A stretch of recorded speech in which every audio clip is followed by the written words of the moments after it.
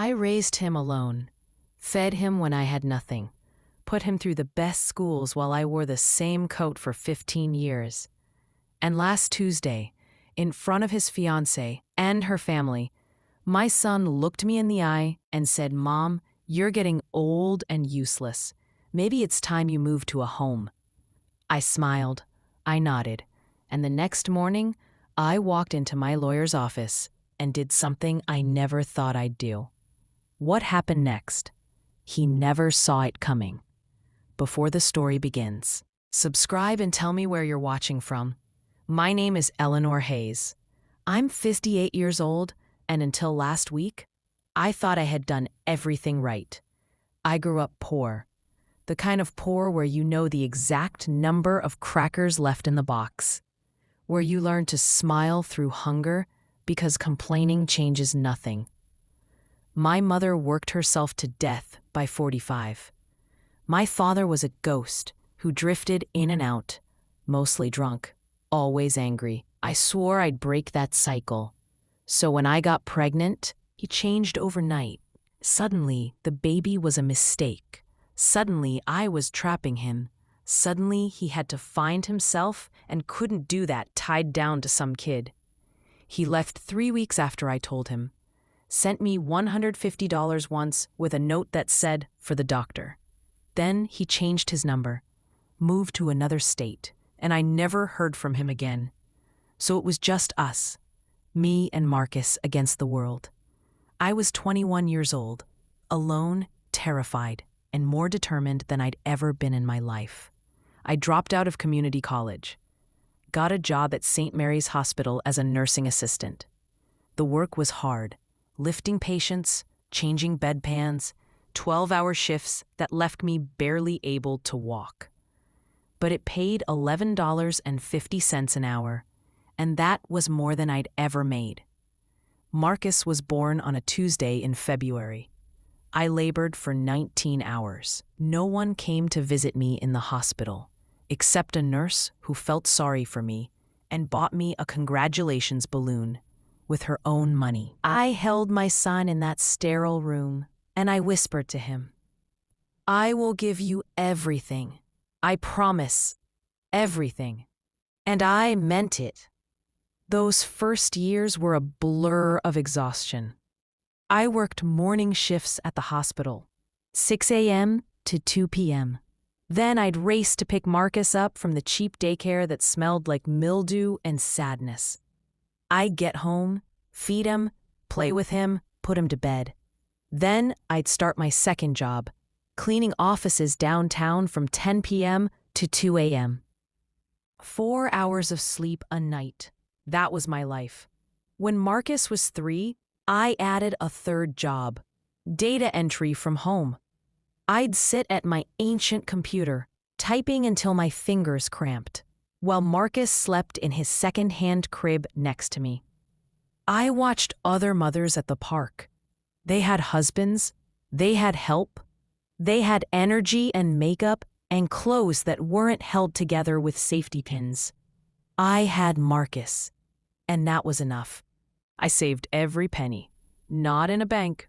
I didn't trust banks, didn't understand them. I kept cash in a lockbox under my bed. $5 here, $10 there.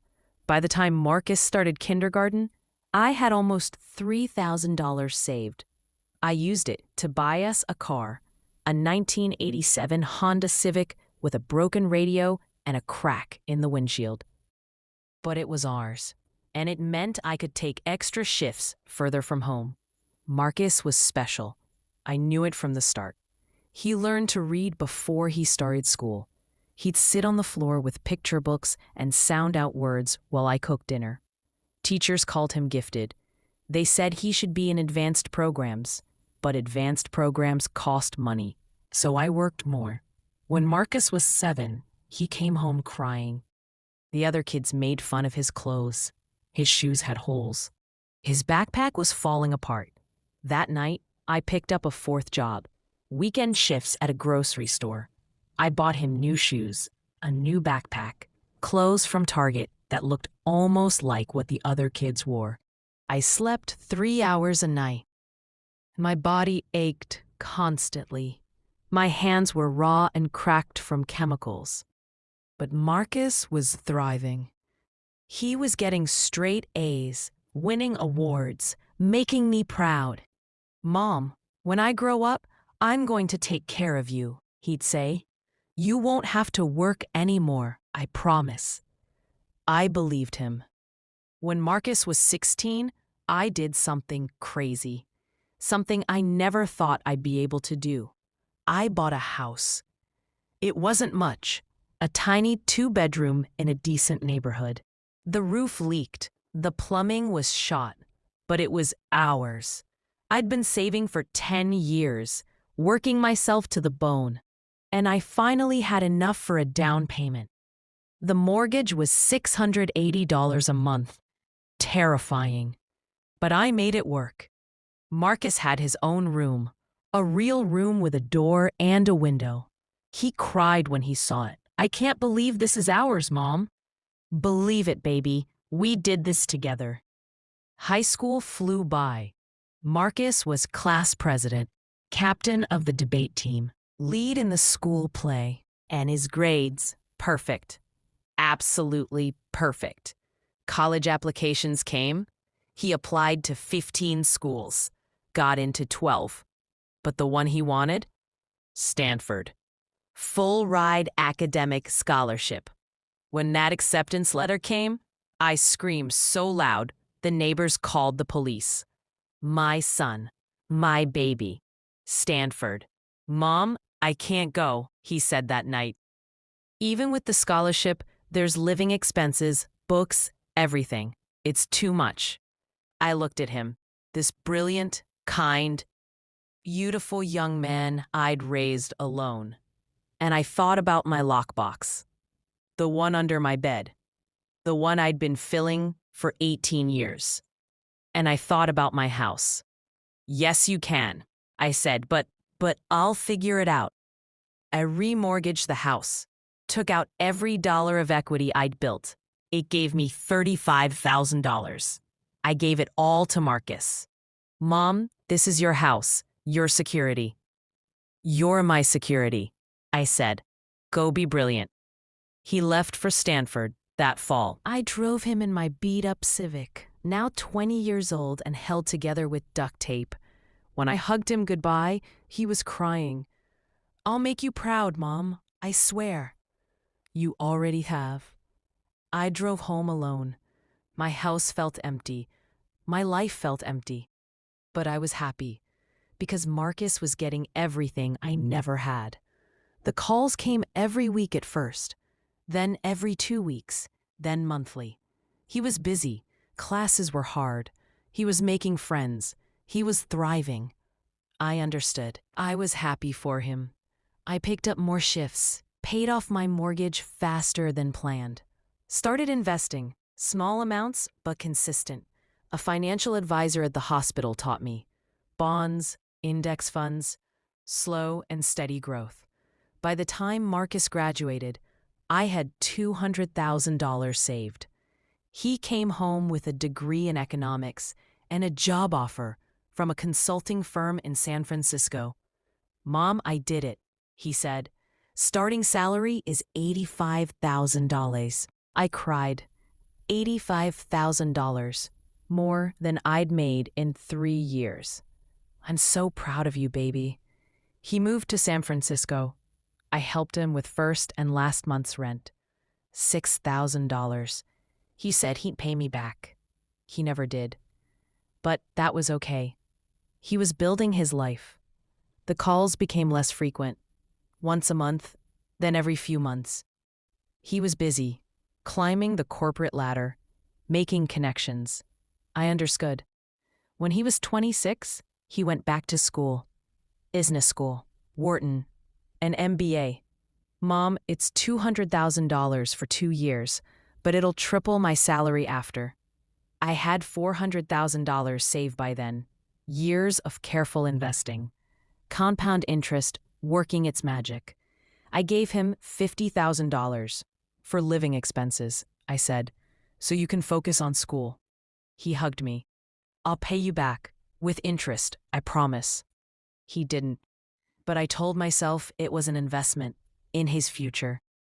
He graduated top of his class, got recruited by a venture capital firm. Starting salary, $250,000, a quarter mil.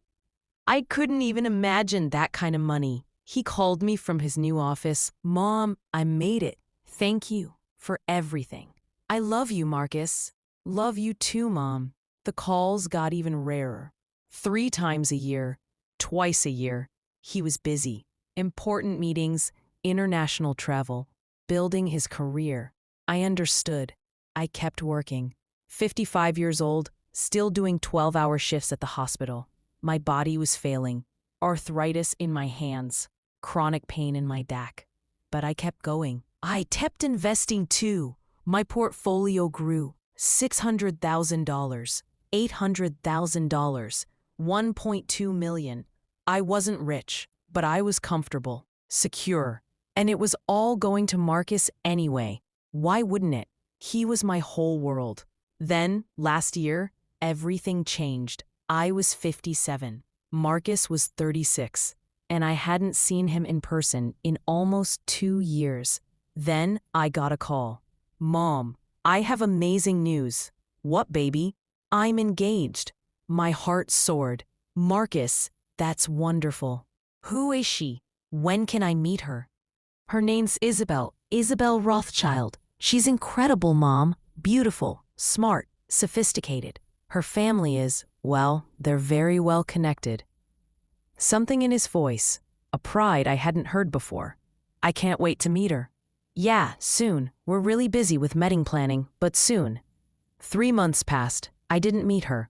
I found out about the engagement online. A friend from church saw it in a business journal and showed me on her phone.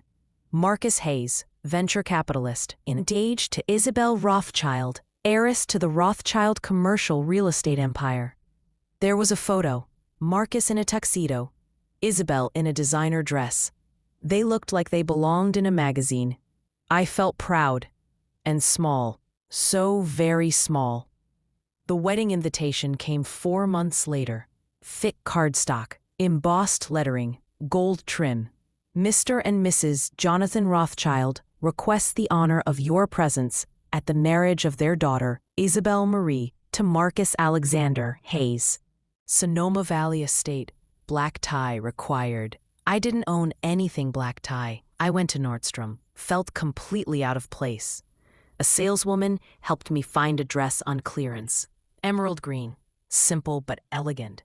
$250, more than I'd ever spent on a piece of clothing. But this was my son's wedding. I bought it. The wedding was on a Saturday in June. I drove 3 hours to Sonoma. My GPS took me through vineyards and rolling hills to an estate that looked like something from a movie. Valets took my car. My beat-up Civic looked ridiculous among the Porsches and Teslas. I walked into a scene from another world. 400 guests, all of them dripping in diamonds and designer labels. An orchestra played. Flowers covered every surface. The ceremony was in a garden that probably cost more to maintain than my annual salary. I sat in the back, alone. Marcus looked happy, radiant. He smiled when Isabel walked down the aisle in a dress that probably cost more than my house. They said their vows, kissed, everyone applauded. I cried. Happy tears, sad tears. I didn't even know anymore. The reception was in a massive tent with crystal chandeliers. I found my name at a table near the kitchen entrance. Table 34. I sat with people I didn't know. They made polite conversation for 5 minutes, then ignored me. I watched Marcus dance with Isabel, with her father, with her mother, with what seemed like hundreds of people. He never came to my table. After dinner, I worked up the courage to approach him. Marcus, I touched his arm. Congratulations, sweetheart. I'm so happy for you. He turned, smiled, but it didn't reach his eyes. Mom, thanks for coming. He hugged me quickly, stiffly. Have you been enjoying yourself? It's beautiful. Everything is beautiful. Yeah, Isabel's parents really went all out. He glanced around. Listen, Mom, I should probably. Marcus, a woman's voice. Cold. Sharp. I turned. Isabel stood there in her wedding dress, looking at me like I was a stain on the carpet. Isabel, I smiled. It's so wonderful to finally meet you. I'm Eleanor. Yes, Marcus's mother. She didn't smile, didn't extend her hand. Thank you for coming. I wouldn't have missed it for the world. Marcus, when you two get back from your honeymoon, maybe we could have dinner? I'd love to get to know Isabel better. Marcus and Isabel exchanged a look. We'll see, Marcus said. We're gonna be really busy. Honeymoon, then moving. Then Isabel's mother is planning this whole. Of course, I said quickly. Whenever works for you. Eleanor, Isabel said, we should probably circulate. So many guests. And just like that, they walked away. I stood there alone in my $250 dress, watching my son disappear into a crowd of people who all seemed to belong except me. I left early. No one noticed. I drove home and cried the whole way. But I told myself, he's just starting a new chapter. It'll get better. He'll call. He didn't. 6 months passed. I saw Marcus once. He called out of the blue. Mom, Isabel and I want to invite you over for dinner. Finally, we'd reconnect. I was so excited I could barely sleep the night before. I bought a nice bottle of wine. Not expensive, but nice. I practiced conversation topics. Maybe they'd tell me they were expecting. Maybe we'd laugh and talk like we used to. I arrived at their penthouse in Pacific Heights at 7 sharp. The building had a doorman. He looked at me suspiciously when I said I was there to see the Hayeses. You're expected? Yes, I'm Marcus's mother. He checked his list, raised an eyebrow, called up. You can go up, he said finally. 30th floor. The elevator was glass. I could see the whole city dropping away beneath me. It made me dizzy. Their door was at the end of a marble hallway. I knocked. Isabel opened it. She was wearing cream-colored pants and a silk blouse that probably cost more than my monthly mortgage. Eleanor, you're here. Not happy, not welcoming, just stating a fact. Thank you so much for having me. I held out the wine. She glanced at it. How thoughtful. Come in. The apartment was massive. Floor-to-ceiling windows overlooking the city. Modern furniture that looked uncomfortable but expensive. Everything was white and chrome and cold. This is beautiful, I said. Thank you. My parents gave it to us as a wedding gift. Her parents gave them a multi-million-dollar penthouse as a wedding gift. That's very generous. They're generous people. Marcus appeared from another room. Mom, hey! He hugged me, but it was quick, perfunctory. Come on in, sit down. I sat on a white leather sofa, terrified I'd somehow stain it. Can I get you something to drink? Marcus asked. Wine? Water? Water's fine. He disappeared into the kitchen. Isabel sat across from me, legs crossed, studying me like I was an exhibit. So, Eleanor, Marcus tells me you still work at the hospital. Yes, 37 years now. 37 years. She said it slowly, like it was a disease. How dedicated. I love it. Helping people, it's rewarding, I'm sure. She smiled, but it was sharp. Marcus and I have been discussing the future, children, family values. It's so important to us that our children are raised with the right influences. The right influences. What did that mean? Marcus returned with water, handed it to me, sat next to Isabel, not next to me. Dinner's almost ready, he said. We're having. The door opened. I jumped. 3 people walked in. A distinguished older man in a suit, a woman dripping in pearls, a younger man who looked like a male model. Marcus, Isabel, the older man boomed. So good to see you. Marcus and Isabel stood. Jonathan, Amanda, so glad you could make it. I sat there confused. No one had mentioned other guests. Eleanor, Marcus said, like he just remembered I existed. These are Isabel's parents, Jonathan and Amanda Rothschild, and her brother, Christopher, Isabel's family. This wasn't a dinner, this was a meeting. Lovely to meet you, I said, standing, extending my hand. Jonathan shook it briefly. Charming. He turned immediately to Marcus. So I wanted to discuss the quarterly projections. And just like that, I was forgotten. We moved to the dining room, a table that could seat 12. I was placed at the far end, near the kitchen door. Dinner was painful. They talked about things I didn't understand. Hedge funds and portfolios and someone named Bunny who bought a yacht. They dropped names of people I'd never heard of, places I'd never been. I tried to contribute. That sounds lovely. I've always wanted to travel. The table went silent. Amanda looked at me. You've never traveled, Eleanor? Not really. Work, but I've always dreamed of seeing Italy. Italy. She said it like I'd said Mars. How quaint. Christopher snorted into his wine. Marcus wouldn't look at me. The conversation moved on. I stayed silent. Dessert came. Some fancy thing with gold flakes. Then Jonathan cleared his throat. Marcus, Isabel, Amanda and I wanted to share some news. Everyone leaned in. Isabel's pregnant. My heart jumped. Oh my God, Marcus! But no one was looking at me. They were all hugging each other, congratulating each other. I sat there, smiling, waiting for someone to acknowledge me. No one did.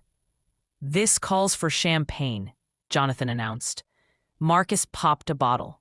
They all toasted. I lifted my water glass awkwardly. To the next generation of Rothschilds, Amanda said. Rothschilds, not Haces. Actually, Isabel said, we've decided the baby will have my last name. Rothschild has more presence. Marcus nodded. It just makes sense. For business. For connection. My grandson wouldn't even have our name. Now, Jonathan said, settling back in his chair, we need to discuss the baby's future. Trust funds, education, and frankly, we need to discuss environment. Environment? I asked. Everyone looked at me like I'd belched. The child's environment, Amanda said slowly, like talking to a child. The people around him, the influences. There was that word again, influences. We believe children should be raised around a certain caliber of people. Jonathan continued, people who understand legacy, sophistication, class. I felt my face burning. What Jonathan means, Isabel said, leaning forward, is that we're going to be very selective about who spends time with our son. Our son, not your grandson. Of course, I said quietly. I understand. Do you? Amanda's voice was ice. Because Marcus has told us you've been asking to visit, to spend time with him. And we think it might be better if we establish boundaries now. Boundaries. I'm his mother, I said, my voice shaking. You're his mother, Amanda agreed. Not his partner, not his equal, and certainly not Isabel's family. Marcus said nothing. What we're suggesting, Jonathan said, is a structured visitation schedule, perhaps once every few months. Supervised, of course. Supervised like I was dangerous. Marcus, I looked at my son, my baby. Is this what you want? He wouldn't meet my eyes. Mom, he said finally, you have to understand. Isabel and I are building something here. A life, a family. And we need to be around people who fit. Sit. People who understand our world. I don't understand your world? My voice cracked. I built your world, Marcus. I gave you everything. I know, Mom, and I'm grateful. But that was then. This is now. And now, things are different. Isabel reached across the table, touched my hand. I flinched. Eleanor, she said, voice dripping with fake sympathy. You're getting old. That's just a fact. And old people, they need different things. Maybe it's time you thought about moving somewhere more appropriate, somewhere you'd be comfortable. Somewhere appropriate? A retirement community, Amanda suggested.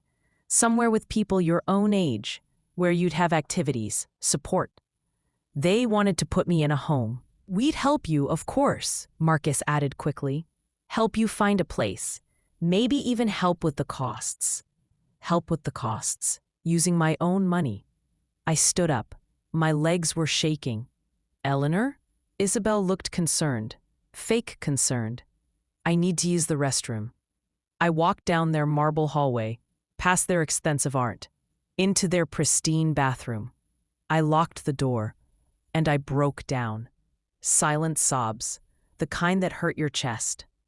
This was my son, my baby, the boy I'd raised alone, the boy I'd sacrificed everything for.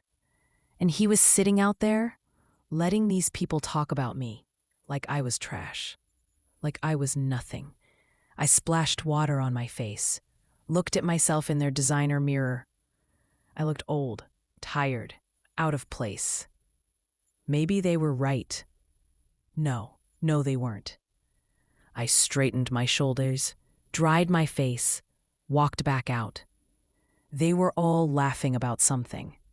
They stopped when they saw me. Eleanor. Marcus said, standing, "Are you all right?" "I'm fine." I lied. "I should go. Thank you for dinner." "We didn't even have coffee yet. I have an early shift tomorrow." I grabbed my purse. "Mom, wait." Marcus followed me to the door. "I know that was a lot, but think about what they said, about the retirement community. It could be good for you."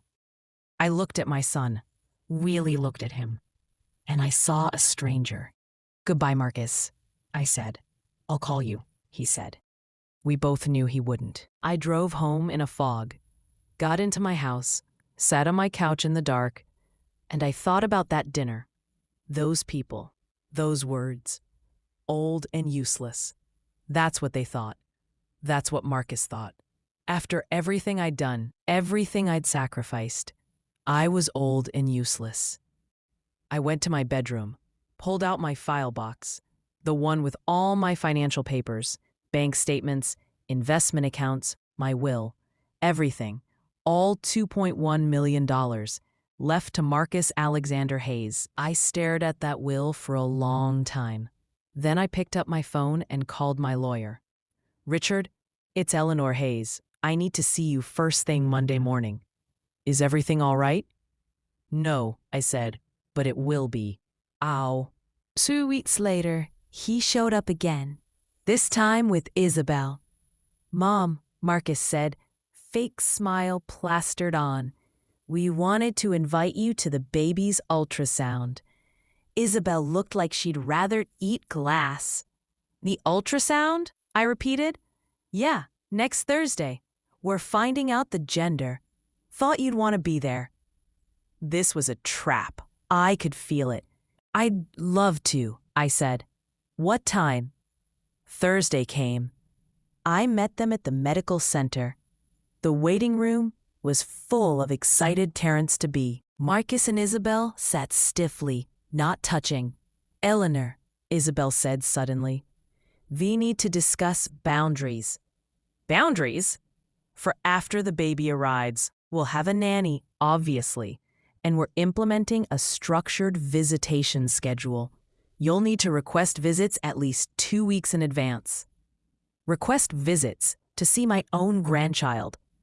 "And," she continued, "we'll need you to sign an NDA. "A what?" "A non-disclosure agreement. We can't have you discussing our private family matters." What? Marcus nodded. It's standard, Mom. Everyone in Isabel's family signs them. I'm not everyone in Isabel's family, I said quietly. I'm your mother. Exactly, Isabel said, which is why we need to protect our boundaries. The nurse called them back. I wasn't invited. I sat in that waiting room for 40 minutes, alone. They came out beaming. It's a boy, Marcus announced to the whole room. People clapped, congratulated them. No one looked at me. On the way out, Marcus said, "Oh, Mom, about that investment. Isabel's dad really needs an answer." "I'm not investing," I said. He stopped walking. "What?" "I'm not giving you my money, Marcus." His face darkened. "Mom, this isn't just about me. This is about securing your future." "No, it's about securing your future with my money." Isabel grabbed his arm. "Marcus, let's go." "You're making a mistake," he said. "Probably not the first one," I replied. They left. I stood in. That night, Marcus sent a text. "Mom, I'm disappointed. I thought you'd want to help family. But I guess some people are too selfish to see beyond themselves. Don't worry. We'll manage without you. We always do." I stared at that message for an hour. Then I blocked his number. 3 months passed. Silence. Then, in early December, I got a call from a number I didn't recognize. "Eleanor Hayes?" A woman's voice, professional. "Yes? This is Amanda Rothschild, Isabel's mother." My blood went cold. "I'm calling because we need to discuss a delicate matter. Marcus mentioned you have a substantial savings. We're planning a trust fund for our grandson, and we'd like you to contribute." "Excuse me?" $1 million would be appropriate. It would ensure the child's future. Private schools, university, connections. Surely you want that for your grandson. $1 million. Half of everything I had. "Mrs. Rothschild," I said slowly, "with all due respect, my financial decisions are—" "I see." Her voice turned icy. "Then I suppose you're not as invested in this family as we thought." "I suppose not." She hung up. 10 minutes later, Marcus called from a different number. "Mom, what did you say to Isabel's mother? She's furious." I told her no. "No. Mom, this is for your grandson, your legacy." "My legacy," I said, "was you. And you called me old and useless." Silence. "I was just being honest," he said finally. "You're not. You don't fit into our world." "You're right," I said. "I don't. Goodbye, Marcus." "Wait, Mom." I hung up. And this time I didn't cry. I called Richard. "I want to accelerate my plans," I told him. "If something happens to me, I want that letter delivered immediately. And I want the trust funded now, not after I die. Now." "Eleanor, are you sure?" "I'm setting myself free." We met the next day. I signed papers, transferred funds, established scholarships at 3 universities, full rides for single mothers pursuing nursing degrees.